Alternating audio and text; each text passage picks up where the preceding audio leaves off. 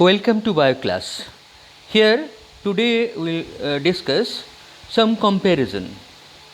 I think you know that in biology that comparison is the one of the very important questions, and you have to write in a certain pattern. So here I'm today I'll discuss this few important comparison. Okay, the first we can take that the comparison here animal and plant hormone. Animal and plant hormone here now first you can see that the pattern style that we are writing here. If you make the 3 column and after that you write the characteristics in which point you are doing the comparison, then it is very prominent and in the particular it goes to the answer. So site of production. Site of production, specific endocrine gland is there in case of animal, whereas specific endocrine gland is absent, but there are certain areas, certain part of the plant like shoot, like root, apex means the top part of it, the top part of the plant area, hormones will secretes. Some target tissues, it means that which tissue it will function. Hormones which secretes from the one place and its target tissue is can be distance from the body. Suppose thyroid stimulating hormone, it is secretes in the pituitary gland in the brain, and but it acts on that thyroid gland which is found in the neck. Or adenocorticotropic hormone, it goes to the adrenal gland far from the brain. So target tissue, each hormone acts on the specific target tissue or the organ, but here it is not in that pattern. It is in the variety of the tissue it can do, or certain target tissues are not there. Number of hormone, many it is, each with a specific function. Here the number is many. If you compare, then in plant it will be few,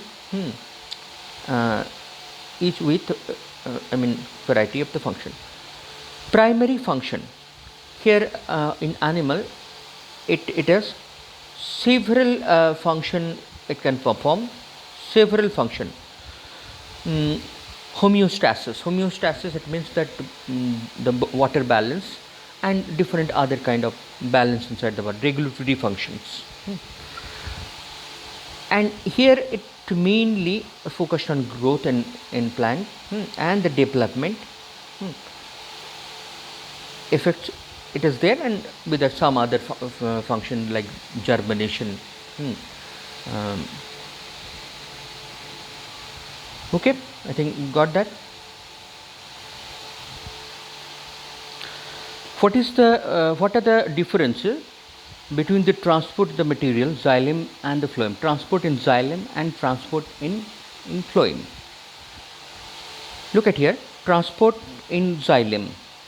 Transport in xylem, that water, xylem transport water, and the phloem transport nutrients, that in food material. In xylem, the transport is unidirectional, it is always upward. In phloem, it can be multi-directional, it can be sides, it can be upper, it can be lower, multi-directional it can be. It is not influenced by any metabolic inhibitor. Metabolic inhibitor here can be temperature, imbalance of temperature, low oxygen, carbon dioxide content, but the phloem transport can be inhibited by this metabolic inhibitor. Low temperature, low oxygen content can be inhibited. It is carried by the xylem vessels and the trachea, that tube like the trachea, in that it can be there.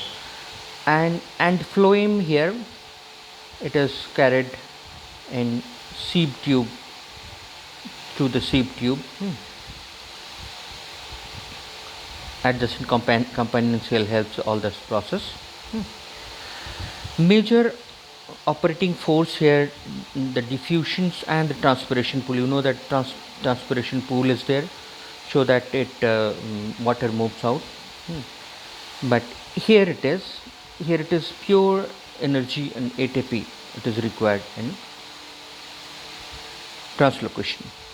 Okay, so you please stop this video and write all these things in your copy.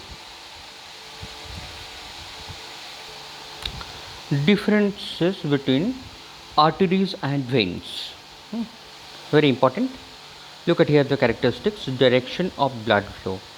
Blood flow here from heart to body organ. It means that the artery, it moves out from the heart and it goes the different areas of the body.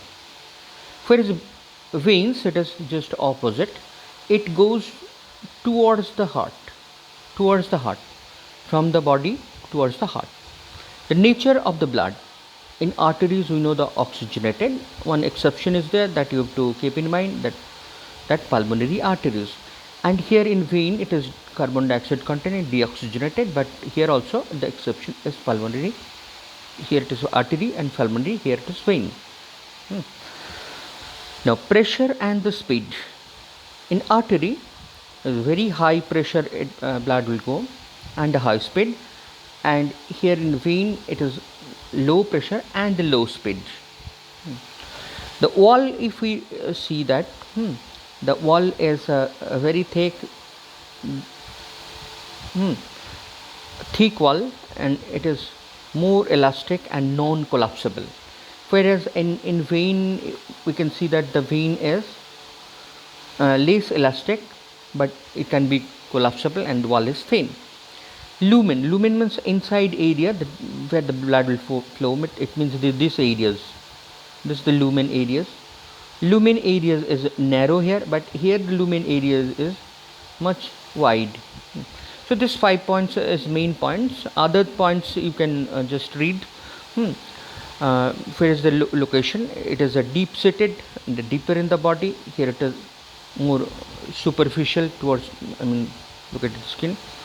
Here bulb absent, here bulb is present. It appears in pink in color, dark red.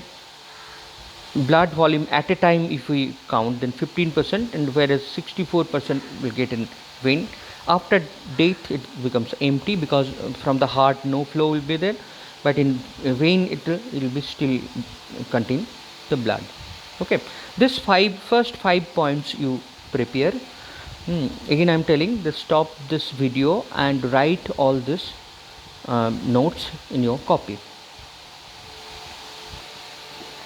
Here, difference between aerobic respiration and anaerobic respiration. Okay, so aerobic respiration, the first here the oxygen is used, and here the oxygen is not required, whether it is not available or it is not required by this animal.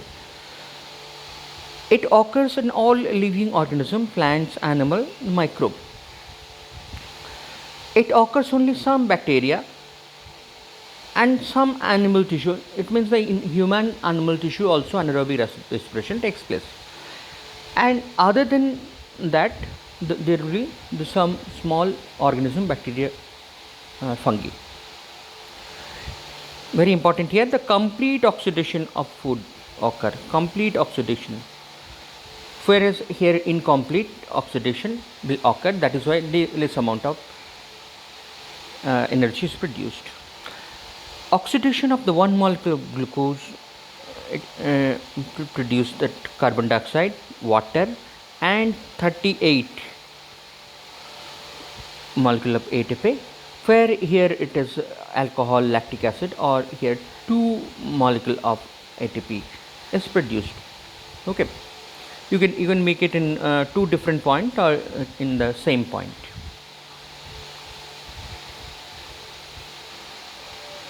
Now, differences between breathing and respiration. Breathing, we know that it is a mechanical process. Mechanical process. where the exchange of oxygen and carbon dioxide will take place. You can see that here in respiration. It is the actually cellular respiration.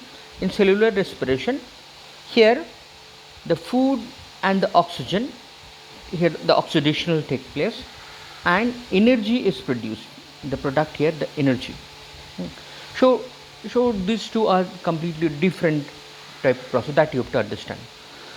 So here it number 1 point, the constant process whether they breathe in and out constantly, that the breathing, mechanical breathing. But here this process, it is a breakdown of the food with the help of the oxygen, the oxidation. So this is the physical process, this is the chemical process. The oxygen as gets inside the body, and here oxygen is used, so it takes out, oxygen is used in this process. It is the exchange between the cell. See that this alveoli, this the next cell, the blood. But it is all, everything is inside the cell, all the process. It is having the two process, the ventilation, the gas exchange, this process. But here it is the only process, that is the oxidation. It can be controlled, it means any other measure it can be controlled, but it is quite inner process here, but it cannot be controlled. This respiration, I mean cellular respiration, the production of the energy cannot be controlled.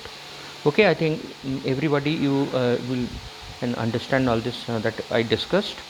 Everyone will write all this difference and prepare. Okay, thank you.